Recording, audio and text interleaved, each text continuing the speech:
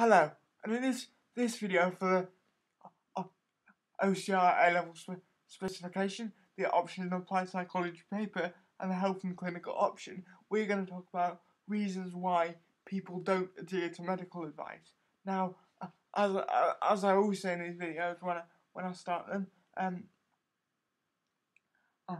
I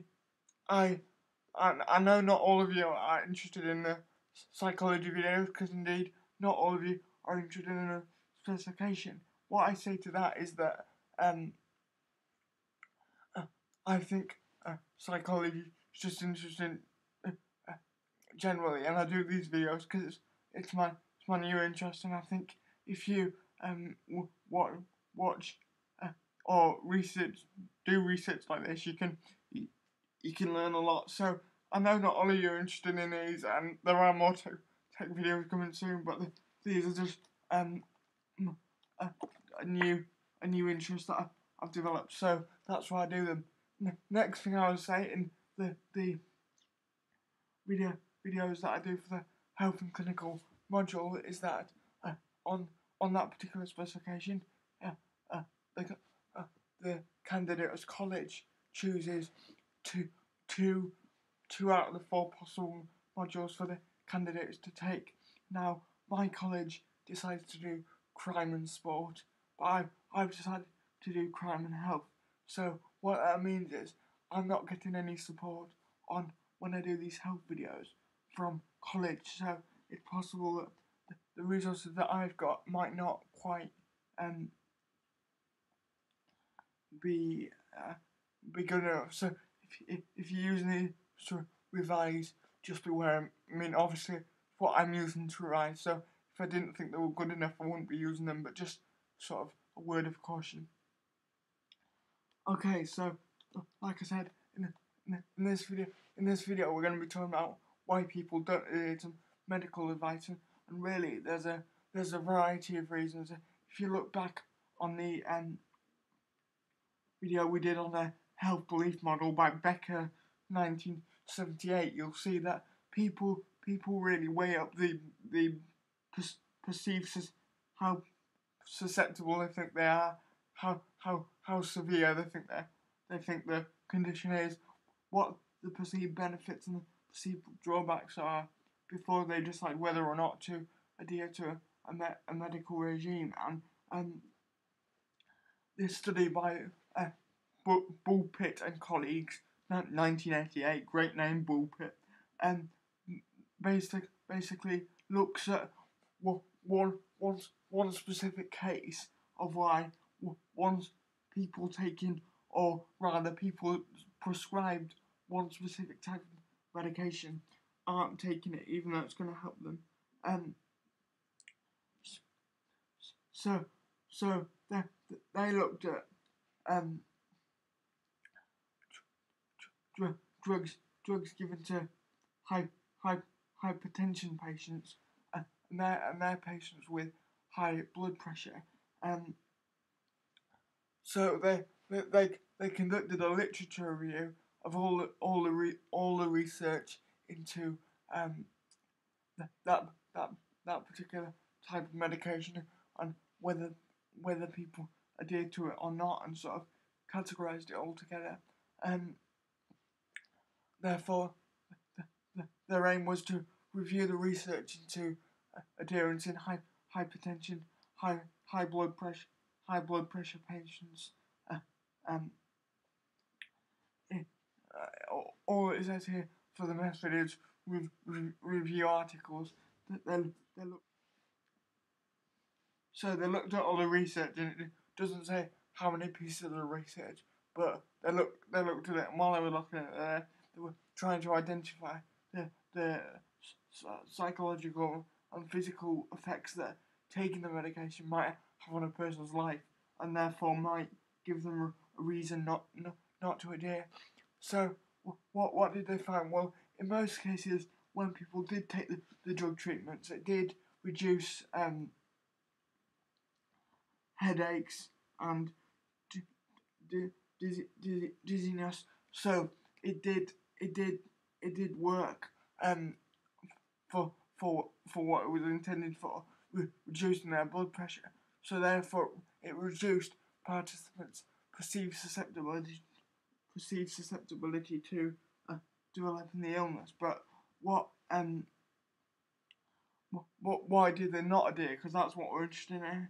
Because even though it worked, they still didn't adhere. Well, it comes down to side effects, and the side effects were things with a lot of medication, such as reduced circulation of blood, leading to erectile dysfunction, and that's something we're gonna talk about later. Sleepiness, dizziness, and also affected cognitive functioning. So that's things like you can't think clearly, and your thought processes are all messed up. And in turn, though, those affected work and hobbies. If you're feeling dizzy all the time, you can't so do all the things you'd want to do. So this study essentially comes down to the costs of the health belief model. It's essentially saying that people don't adhere to medical advice because it costs them too much. And it does say in the book here that hypertension is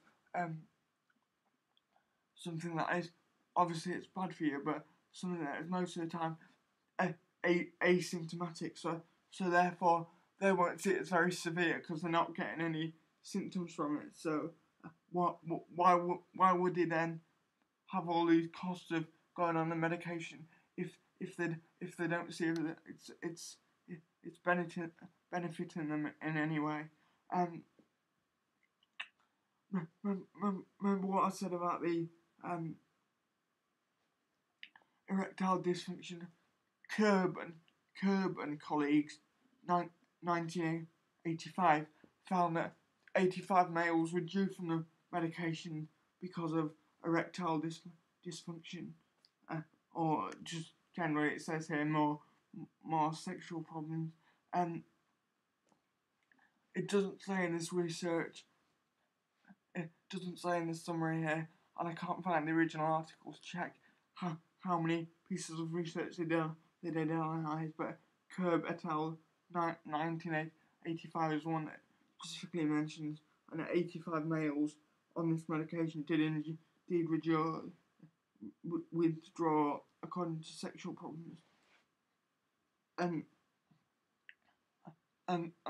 another specific finding, studied by the General Medical Council, the GMC, found that 50% of males were due to side effects, and again, those could be due to sexual side effects like that one, or just general side effects of not being able to think clearly, so not being able to do things you want to do. Obviously, how meaningful that 15% was does depend on the size of the total sample, but still, you've got to argue that the side effects of that specific medication, this would suggest that they do indeed hamper adherence. So from all this, what did they conclude? Well, unsurprisingly, when cost outweighed benefits, which they did in this case, adherence will be reduced. The data in this study was qualitative, so lots of the obviously to assess why people don't adhere, you have to ask them. So and so they concluded that when cost outweighs side effects, they won't adhere, similar to what the health belief model said, but also that from their interviews, patients consciously weigh up all the factors before deciding to adhere to or disregard medical advice. Okay, so let's talk about some evaluation issues. number one, it's a literature review, so you could argue that the level of usefulness is is somewhat reduced, because the research was already out there. All they've done is put it together and come up with some new conclusions based on it. And you could also argue that it's highly useful, because if we know that using drugs that cause these symptoms lower adherence significantly, then we can use that in developing new drugs and try and get them not to cause those symptoms, so that we don't have adherence problems. So there's two evaluation issues. You can also argue, of course, that it's slightly reductionist, just claiming that patients on this medication don't adhere because of the cost to them is, obviously, if we look at the health belief model, there's lots of other reasons than cost as to why patients might not adhere, i.e. socio-psychological factors, demographic factors. So you could argue that it's slightly reductionist because it's only looking at the cost as a reason for non-adherence. You could also argue that it's slightly unethical to be asking patients about why they didn't adhere, and if it's for their if it's for sexual reasons. That you could argue that that's quite unethical. It doesn't say for any of these studies what ethical sort of oversee was undertaken, but you can imagine how it might be quite unethical. Anyway, guys, that's Bullpit et al. 1988, Reasons for Non-Adherence, and there was basically a literature review where they looked at the reasons for non-adherence in hypertension patients. Anyway, guys, thanks for watching this video. My website address is down below, tom-rogers.com. Definitely check that out if you've got the time. Thanks for watching this video, guys. The health and clinical option. Anyway, guys, I'll see you in the next video. Bye bye.